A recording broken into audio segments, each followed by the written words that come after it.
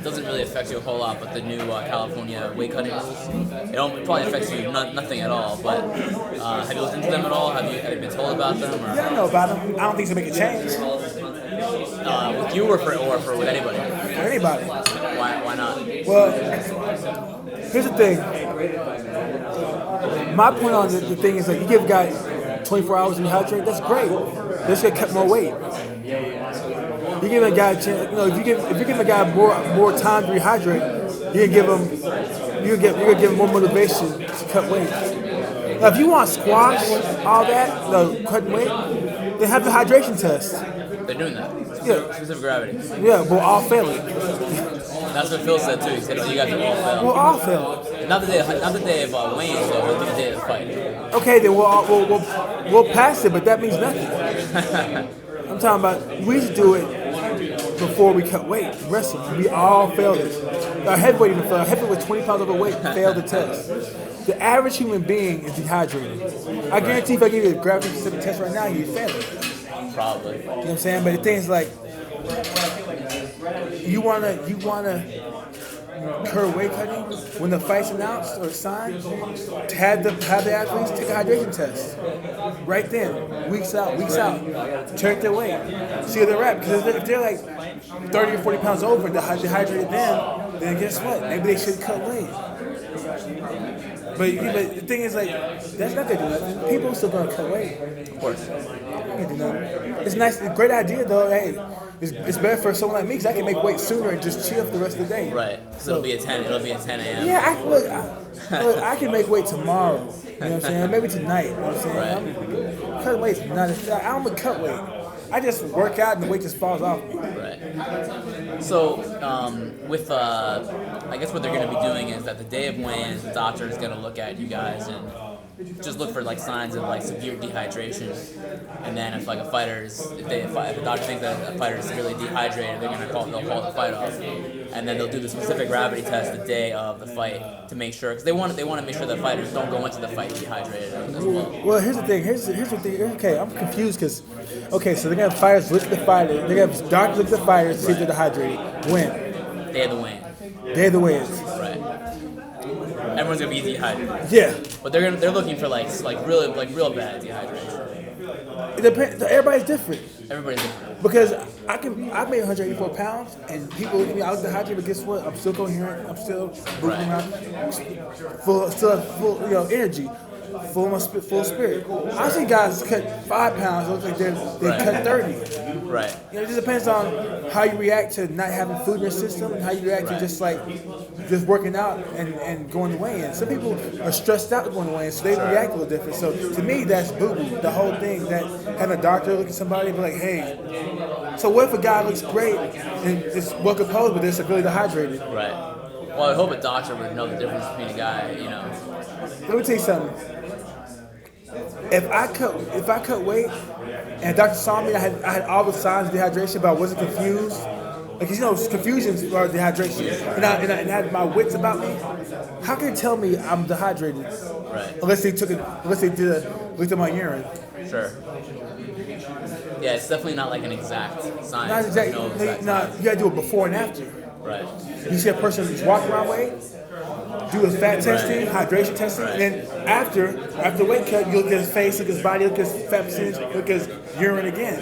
That's how you'll determine if somebody's dehydrated. You can't determine if somebody's dehydrated just by weigh-ins, because at weigh-ins, we're all dehydrated, you know what I'm saying? Because we all cut back on our water intake, our nutrition intake, just to not be overweight. Being dehydrated is like, right now I'm dehydrated. You know why? Because a sign of dehydration is the urge to drink water. Look. I need something to drink. I got some water. It's chapped lips. And there's a lot of signs of like dry skin. There's a lot of signs of dehydration. Right. But that doesn't mean you're dehydrated necessarily. Sure. One of the things that's also being talked about it's not a rule yet, but they're talking about the addition of new weight classes. 10-pound increments rather than some of 15-pound increments down there. So there may be like a 185 or 195, maybe a 220 or 225, something like that. Would you be? Because you're a guy that kind of falls into those. You could fight in a lot of weight classes. So how'd you feel about that? Wouldn't care, but guess what? People will still cut weight. Of course. It's like this. You can't get rid of weight cutting. You add 10 pounds. You say you add 10 pounds of weight. Like say 185, make it 195. Well, guy that's walking around at 230 was like, you know what, or 225 was like, you know what, I can make 195. I can make 185. I can make 195. Right. You know what I'm saying? Like it's just a guy that's walking around at 240 can be like, you know what, I can make 215. It's always gonna be like that. Right. It makes no difference what you do. Right. It's like you just get if they want to worry about people's safety, then check your hydration, take people's hydration, then and be like, look, here's your, let me see your urine. You're okay. You're hydrated. Here's your fat percentage. Okay, Right. you can only lose 1.5% of your fat percentage, your weight, a week. So say say you have a fight like 10 weeks from now, you can lose 1.5. So if you're still overweight, do the calculations. Guess what? Right. You can't fight. Right. So if you want to do it that way, this way to do it in college wrestling. Other than that, all the other stuff it looks great, but nothing's gonna change. In college wrestling, they test wrestlers for like what minimum body weight, right? Like you can't go below this weight, right? Mm-hmm. Does that work? Because that's something they're talking about doing in MMA, but nothing's been like decided yet. It works because it works. There's ways around it, but it works. Right. Another thing is like in wrestling, college wrestling, you had an hour after weigh-ins for a dual meet. You had an hour. Right. After weigh-ins for a tournament, you had 2 hours. So that makes a big difference itself. Because you're cutting a lot of weight. Guess what? An hour ain't nothing. You can get smashed. Right. Tournament, cutting a lot of weight. You might win your first match. If your second, third, and fourth, you're finna get smashed because 2 hours is not nothing to recuperate. Sure. So like, maybe if they had same day weigh-ins, things would change. That's the only way things would change. Same day weigh-ins. They're afraid of same day weigh-ins because they know that fighters are gonna dehydrate themselves, and they're afraid they're gonna go into the cage dehydrated, and they're gonna get all messed up, because that's what they're afraid of, Regardless, they're gonna fighters are trying to find a way around it. What's gonna end up happening is the fighters you see that they'll try, will go in there, they'll get beat, it's probably smashed, but you know what? I'm gonna go up weight class. Sometimes a hard head makes a soft ass. You gotta be hard headed and get your ass whooped. You know what I'm saying? To get your mind right. You know what I'm saying? They're just afraid that like something really bad might happen. Something They really got bad. really dehydrated, God forbid, Something really bad can always happen. Sure. You know what I'm saying? Like something, it's but same day weigh-ins will eliminate because look, some people will try and they're gonna fail, and then someone's gonna be like, damn, you know what? I ain't cut weight no more. I saw him get his ass whooped. Right. That ain't gonna be me. I'm gonna go up weight class. That kind of a lot of people that I've spoken to have said that kind of what you just said. Like if you tell a fighter that you shouldn't cut weight because it's bad for your health, the fighter's not going to care. If you tell a fighter don't cut weight because it's going to affect your performance, that's when a fighter says, okay, I'm going to change my weight because the performance is number one. Performance is because the thing is like say they're like, no, I want to make 170. How much? Okay, I try, but then I go there and 10 kilos short. I get smashed because I know I can't perform. I know better. But the thing is that'd be like hard-headed to soft face. I'm gonna do something hard, be hard-headed, and once I fail, my ass becomes soft like I'm ass whooped. So the thing is, sometimes it takes for a fighter to fail to realize, hey, this ain't for me, or hey, this don't work right. Let me change some things. Because if a fighter's winning, doing the same thing over and over, they're not gonna change nothing. But the moment they fail and they fail bad, they're gonna be like, you know what? We're cutting weight stuff. Someone's so bunked up, he's winning. I'm gonna move up, man. Because if he can win up, I can win up too. So how much do you weigh right now? Probably about 215. So there are some people, probably a lot of middleweights who walk around kind of about the same size as you. Or bigger. Or even bigger. And you don't cut. You said I know you said you can make 185, but you don't do that often. And you're that's not really one of your weight classes that you're fighting in right now. Why not? Why don't you do that? Because so many guys do it already. I would, but the thing is that there's not many 185 pounders. So what am I gonna cut down? I cut to 185 and then what? Weigh again? Well, I rather just fight 205 and then go up to heavyweight. Right. You know what I'm saying? Because when I fight heavyweight, I fight what I walk around at. Right. And then at 205, I'm like, I fight where I walk around that damn near. Regardless, I just lose weight from dieting or just I just cut a few meals up, So do you think weight cutting helps a fighter? Does it help your performance? Isn't it an advantage? It's like this. If you're flawed technically and tactically, and you feel like size and strength is going to help you that much, yes, it'll help you. But you see the Russians in wrestling and even in boxing, when guys get older and they lose, guess what they do? They go up weight class. Right. They're not like, you know what, damn. I've seen a few, Chris Berg fight a heavyweight.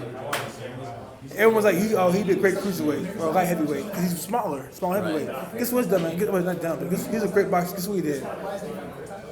He cut down to 175. Got beat by Sean George. I was crushed. I love Chris Berg. One of my favorite boxers. Slickster fought everybody. And to watch him lose hurt me. Eddie Chambers, my boy, my dog, Philly. Smaller heavyweight. Doing good at heavyweight. Fought the who's who of heavyweight. Went to cruiserweight. Did all right. Got beat. And now he's back at heavyweight. Sometimes losing weight ain't always the answer. You know what I'm saying? Just go up. Because when you're going up, when you're fighting in the normal way, you can focus on skills, tactics, and you can get stronger. When you're cutting weight, you have to worry about your diet, you have to worry about this, worry about that, you have to worry about everything but fighting. Right. I mean, a couple of guys from your gym have gone up and had success. Dustin and George. I mean, they've both gone up and they've won fights at higher weights, and it seems like it's working out for them. Look, I'm gonna tell you, look, my eyes, Dustin Poirier is the best fighter in the American top 10. Really? Yeah. Like when he's at 145, I told him with Conor, not with Conor, just with Conor, but period, like he was so worried about just like focusing on weight, this and that. He couldn't like really be himself. Now you're seeing Dustin Poirier that you see how he's working on his boxing. He's sparring with Algeria now. He's sparring with Algeria there, but find out how he did. He's grappling, wrestling. He's become more well-rounded because he can focus more on skills instead of losing weight. He's gotten stronger doing strength training. His wrestling's come a long way. His hands got a lot better, so he can focus on just being an all-around better fighter instead of training and then losing weight. He's just training and just being himself. And he's you can see it. You watch how he fights. He's more composed now. Yeah. So in some cases you'd recommend a guy go up in weight and stop killing yourself trying to cut weight. Fight at a more natural weight class, focus on skills. Yeah, that's why you want to cut weight. Okay, if you have fat to lose, or do it. If you're dieting down, okay. If you're dieting and dehydrating and like you're trying to eat like a damn rabbit, I wouldn't do it, man, because you're eating to lose the weight. You're not eating for performance. Right. You're eating for weight loss, not performance. It's two different things. Is it psychological for some fighters where they want to feel like they're the bigger person, so they cut as much weight as possible because being bigger, you feel better. You're a little more confident there going against a smaller guy. Well, you look at me. I've been bigger than many people I fought in my career. One thing I can say about guys that cut a lot of weight and look bigger is like they look bigger. They look great for a round and a half, and guess what happens? They fade. They start retreating like the Decepticons. You know what I'm saying? Transformers. They start backing up. They start breaking down, and then they get beat because their output drops dramatically because they have the energy or the energy or the carb, the glycogen. You know what I'm saying? To go for longer than 5 minutes. Right. So you think that's what the big issue is with cutting weight is that cardio breaks down. The cardio, your glycogen reserves are gone. Everything. You know what I'm saying? Like if you're dehydrated and you're cutting weight like that, you got no fat reserves for energy. You have no glycogen. Your glycogen is depleted. You know what I'm saying? You might be there for a little bit, but after 3 or 4 minutes, you're breathing hard. It's your brain is not functioning right. It just you're shelling yourself. So why do so many guys do it? Because they think that bigger is better. Right. Fedor, let me tell you something. Fedor fought better than heavyweight than he did Fedor would be a better heavyweight than he would at 205 pounds. Right. Everybody thinks, Fedor go 205. He'll lose every advantage. Sometimes being a small guy at a bigger weight class is the advantage. That's why I'm undefeated heavyweight. I'm undefeated heavyweight. Because the guys are a little slow. Granted, like I haven't fought all the best heavyweights in the world, but I feel confident because I know I have speed, I have awareness, and I can use certain skills that they don't naturally possess. So this fight coming up, just to switch gears here against Phil, it's a big fight. It's not a title fight, but it's a big fight. I know that's the kind of stuff that you're into. You want the fights that fans really care about, and this is the fight that a lot of fans wanted to see in the Dynamite, tournament final. What do you like about this fight? I like the fight, because a lot of people think I'm gonna lose. I'm gonna lose, yeah. Some people tell me, oh, you ain't gonna beat him. You'll never make it in the UFC. Oh man, you fought them with bumps. I like when people doubt me.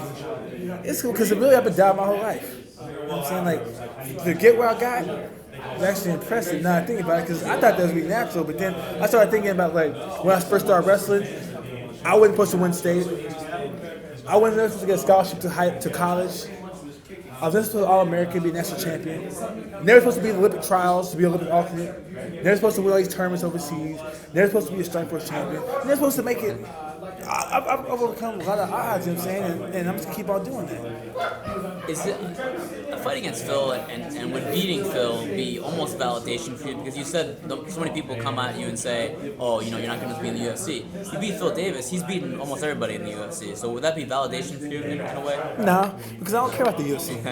Like, they're a great organization, they do what they do, but the thing is, like, I just care about me, what I got to do to win. You know what I'm saying? Like, UFC's a great organization, they're doing their thing, Bellator's doing their thing, our thing, the Winner FC's doing their thing, World's the fight, everybody's doing their thing. Keep doing it, you know what I'm saying? But I don't care about what, like, people think, really. I just like proving them wrong. I like to use that as motivation, you know what I'm saying? Like, but for the most part, like, I beat him, people gonna say, oh, he wasn't that good. Just like when I went to Japan, when the whole tournament first was announced, they're like, Mo's fighting a bunch of bums. Then when the first night happened, my boys would be like saying, hey, Mo, you got some tough guys in the tournament. I was like, yeah, who are they? It's like, well, Nemkov is good, you know what I'm saying? The Teodoros dude is an Olympian from judo, he's tough, he has fast hands, and the Jiri Prochazka guy is like the man that everybody thinks is gonna win. And I'm like, for real, he's good? They're like, yeah. I was like, what are people saying? Like, people, what your people saying? Because, like, this guy's, like, Scott guy's like, well, I went on Twitter. I was like, well, fuck what Twitter thinks. He's like, well, Twitter thinks you're gonna lose. I was like, of course they do. But then once I won, guess what? I fought a bunch of bums. You know what I'm saying? Oh, Mo, the can killer. Oh, he fought a bunch of bums. And so it makes no difference because a lot of these guys ain't fighters. They don't know nothing. Right. They just see what people say, like the announcers say, and they just run with it. Right. So this fight with Phil, you don't care about the UFC, you don't really care necessarily about what his resume says. So what does this fight do for you? What motivates you about this fight? It's a paycheck, it's a win. Paycheck is a win. Just, my goal is all wins, no losses, you know what I'm saying? Big bucks, no whammies. You know what I'm saying? I'm trying. I want to have a good time, get paid, do what I enjoy doing, which is fighting and training, and just keep moving. Get a belt. Because it's not that I don't care about the UFC. That's what I want people in the UFC to do good. I want people in Bellator to do good. I want everybody that's fighting to make money. Because once this fight game ends, you know what I'm saying? Like, you're on your own. You know what I'm saying? There are boxers that are done boxing. They were champions. They're broke. I want that to happen to people I know. I want people to make their money. Right. You're all about the big money fights, and it seems like there are quite a few for you after this fight. Win or lose, I know you don't think you're gonna lose, but is there anybody excite you after this fight? Mandalay Silva's coming over to Bellator. There's a couple of really interesting fights that you possibly can go to Japan and fight Fedor. There's a lot of fights for you. Yeah, the thing is, with me, honestly, I like big money fights. I don't get paid more to fight for big money. You should. Well, why don't you? You gotta negotiate better. Yeah, but I'm not Donald Trump, so I'm co-negotiating. But the thing is, like, when it comes down to it, like, I have a contract set, so what they throwing from me is who I fight. Now, my main, like, once I beat Phil, I want to fight Minikov. You know what I'm saying? I want to fight Minikov. Yeah, but he's a champion. Undefeated, heavy-handed, Russian, everybody thinks mystique. He's a world-class pedigree, great athlete, and he has every advantage going into the fight. Why not? Like, why not be disadvantaged? I love that shit. You know what I'm saying? It's like David versus Goliath. I love that shit. Why not do it? But nobody knows who he is. I don't give a fuck, but people know he's undefeated. You know what I'm saying? What do you say? I fought another can. That's what I'm gonna say. Oh, he's an undefeated can that knocked out 14 people. But he's a can. You know what I'm saying? Like, He's undefeated. No one knows who he is, but that's the same shit Tito said about me. Oh, I don't want to fight you because no one knows who you are. Well, who gives a fuck? You know what I'm saying? Like, what, you gonna dump me? You gonna fight someone that people know that's not good? And I know Minikov is good. You know what I'm saying? He is good. So why? You know, that's all why that it's a matters. dangerous fight because nobody knows who he is. And Don't he's matter. good. Every fight's a dangerous fight.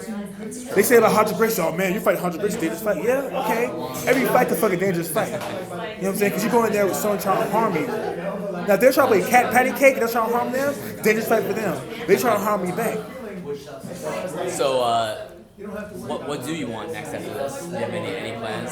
Minikov. You did say that. That's true. Like Liam, I like to see Liam fight Linton.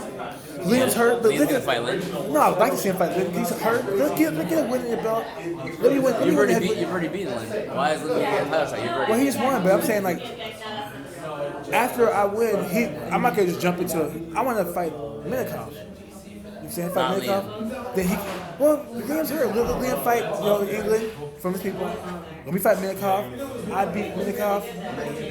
Liam wins. 2 titles? Is that what you're? Heavyweight champ versus the light heavyweight champ. super And fight. like a catchweight. Why not do that? You know what I'm saying? Catchweight. No title on the line? Well, I don't care about I don't care about catchweight. My title better line because I'd rather fight Heavyweight, right? Yeah, heavyweight. Because it'd be stupid for me to fight unless it's 206. If it's 206, then that'd be perfect because Right. 206, but there'd be a 3-round fight. But my title would be on the line. Right. So if I go down to 205, my heavyweight title would be on the line. So why not put my heavyweight title on the line? So you want to defend the title? Hell yeah! You know what I'm saying? I'll defend it, then we'll defend it once, vacate it, then go get the 205 belt. You've talked for years about being like a money weight and not caring about weight classes and going up and just fighting the fights, the big fights. Something that Conor McGregor is kind of doing now. The UFC has been very against that in the past, and he's kind of done that in the UFC. What do you think about that? Do you think it's a good thing for the sport that guys are just chasing the big fights and the big paydays? Well, the thing is, like, people want Conor McGregor, guys like Dean Thomas. Dean Thomas is the original money-weight fight. Sakuraba is the original money-weight fight. Hoist Gracie is the original money-weight fight. Like, these guys, I'm a throwback fighter. These guys back then didn't care about weight class. Sure. You know what I'm saying? So, like now all of a sudden people want to give the credit to Conor. Or me? I don't deserve credit for nothing. You know what I'm saying? I'm copying what these guys did back in the past. These guys fought where there were no weight classes. Right. You know what I'm saying? Mark Hall fought motherfuckers and he was small as hell. You know what I'm saying? Like, Hoist Gracie fought motherfuckers small as hell. Sakuraba was doing that shit. Right. You know what I'm saying? So I'm trying to be a throwback fight like them. I'm just copying them. You know what I'm saying? I ain't doing nothing. Is MMA going back a little bit to the old school in a sense, where guys are caring less about weight classes and more about the big exciting fights? Bellator is doing a little bit, with having Kimbo fight Dada, Hoist, fight Ken Shamrock. They're not in the same weight class, but it's a big fight and people want to see it. Is it going back more in that direction to the entertainment? You always talk about being a prize fighter entertainment. Is it heading back in that direction now? It's always been a direction. But the UFC has started to keep it very much like a sport, very much rigid. And, How? How's well, they this like sport? to say that anyway. Tell me how's the sport? Like, how? How's this? It's entertainment. Everyone's kind of saying It was a weight sport. class. I agree with you, but I'm just saying the UFC has tried. They because got a Reebok. They want to make it more it's great. streamlined. That's great. But it's entertainment.